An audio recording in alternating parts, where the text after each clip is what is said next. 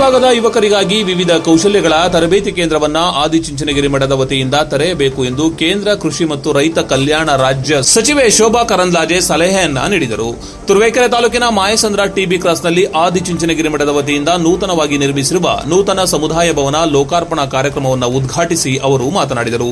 ಇದೇ ಸಂದರ್ಭದಲ್ಲಿ ಡಾಕ್ಟರ್ ನಿರ್ಮಲಾನಂದ ಮಹಾಸ್ವಾಮೀಜಿಗಳು ಸೇರಿದಂತೆ ಹಲವು ಶ್ರೀಗಳು, ಹಲವು ಶಾಸಕರು ಕಾರ್ಯಕ್ರಮದಲ್ಲಿ ಭಾಗಿಯಾಗಿ ಕಾರ್ಯಕ್ರಮವನ್ನು ಯಶಸ್ವಿ ಮಾಡಿದರು. ನ್ಯಾಷನಲ್ ಕಾನ್ಫರೆನ್ಸ್ ಟೈಪ್ನಲ್ಲಿ ರೂಪಿತ ಆಗಿದೆ. ಅಶ್ವಥ್ ನಾರಾಯಣ್ ಬಂದರು ಗ್ರಾಮಗಳು ಮತ್ತು ಪಟ್ಟಣಗಳ ಮಧ್ಯೆ ವ್ಯವಸಾಯ ಮತ್ತು ರೈತರನ್ನು ಬೆಸೆತಕ್ಕಂಥ ರೀತಿ ಹೇಗೆ ಅಂತಕ್ಕಂಥ ಮಾತುಗಳನ್ನ ಅವರು ಹೇಳೋದ್ರ ಜೊತೆಯಲ್ಲಿ ಮುಂದಿನ ದಿನದಲ್ಲಿ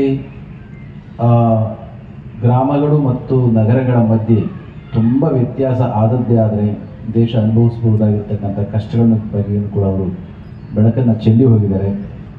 ಇನ್ನು ನಮ್ಮ ಮಾತನಾಡಿದಂತಹವರು ಕೃಷ್ಣಪ್ಪನವರೆಲ್ಲರೂ ಕೂಡ ದಾನಿಗಳ ಬಗ್ಗೆ ಮಾತನಾಡಿದರು. ಇನ್ನು ಅಕ್ಕ ಶೋಭಕ್ಕನವರು ಮಾತನಾಡಿದ ಈಗ ನೀವೆಲ್ಲರೂ ಕೂಡ ಕೇಳಿಸ್ಕೊಂಡಿದ್ದೀರಿ. ಮತ್ತು ಬಂದಿರ್ತಕ್ಕಂಥ ತಾವೆಲ್ಲರೂ ಕೂಡ ಶ್ರೀಮಠದ ಬಗೆಗೆ ಅಭಿಮಾನ ಮತ್ತು ದಾನವನ್ನು ಕೊಡುವ ರೀತಿ ಬಗೆಗೆ ಮಾಡಿರ್ತಕ್ಕಂಥ ಸೇವೆಯನ್ನು ಕೂಡ ನಾವೆಲ್ಲರೂ ಕೂಡ ಕಂಡಿದ್ದೇವೆ. ಆಯಿತು. ಅವತ್ತಿನ ಕಾಲದಲ್ಲಿ ಸುಮಾರು 80ರ ದಶಕದಲ್ಲಿ ಚೇಗೌಡರು ಈ ಭೂಮಿಯನ್ನ ಮಠಕ್ಕೆ ಕೊಟ್ಟಿರುವಂತ ಕಾರಣಕ್ಕಾಗಿ ನಮ್ಮ ಕರ್ನಾಟಕ ರಾಜ್ಯದಲ್ಲಿ ಮೊಟ್ಟ ಮೊದಲ ಪ್ರೈವೇಟ್ ಖಾಸಗಿ ಕೃಷಿ ಕಾಲೇಜು ಆರಂಭ ಆಗುವಂಥದ್ದು ಆಗಿದೆ.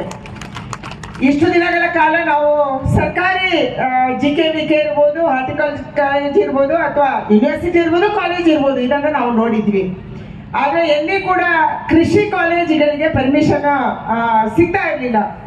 ಆದರೆ ಇವತ್ತು ಸರ್ಕಾರ ಆದಿಚುಂಚನಗಿರಿ ಮಠ ಬೆಳೀತಾ ಇರುವಂತದ್ದು ಮತ್ತು ಶಿಕ್ಷಣ ಸಂಸ್ಥೆಯಲ್ಲಿ ಮುಂಚೂಣಿಯಲ್ಲಿ ನಿಂತಿರುವಂತಹ ಕಾರಣಕ್ಕಾಗಿ ಈ ಕಾಲೇಜನ್ನು ಕೊಟ್ಟರೆ ಜನಕ್ಕೂ ಪೂರಕ ಆಗುತ್ತೆ ಮತ್ತು ಕೃಷಿಕರಿಗೆ ಅನುಕೂಲ ಆಗುತ್ತೆ ಅನ್ನುವಂಥ ದೃಷ್ಟಿಯಿಂದ ಈ ಜಾಗದಲ್ಲಿ ಒಂದು ಕೃಷಿ ವಿಶ್ವವಿದ್ಯಾನಿಲಯವನ್ನು ಕೊಡುವಂಥದ್ದು ಮಾಡಿದ್ದಾರೆ. ಇವತ್ತು ಶಿವಲಿಂಗೇಗೌಡರು ನೇತೃತ್ವವನ್ನು ವಹಿಸಿ ಪ್ರಸನ್ನಾನಂದ ಸ್ವಾಮೀಜಿಗಳು ಬಹಳ ಮುತುವರ್ಜಿಯನ್ನು ವಹಿಸಿ ಇಲ್ಲಿ ಒಂದು ಕಾಲೇಜನ್ನ ಎತ್ತರಕ್ಕೆ ಬೆಳೆಸಬೇಕನ್ನುವಂಥ ಪ್ರಯತ್ನವನ್ನ ಮಾಡ್ತಾ ಇದ್ದಾರೆ.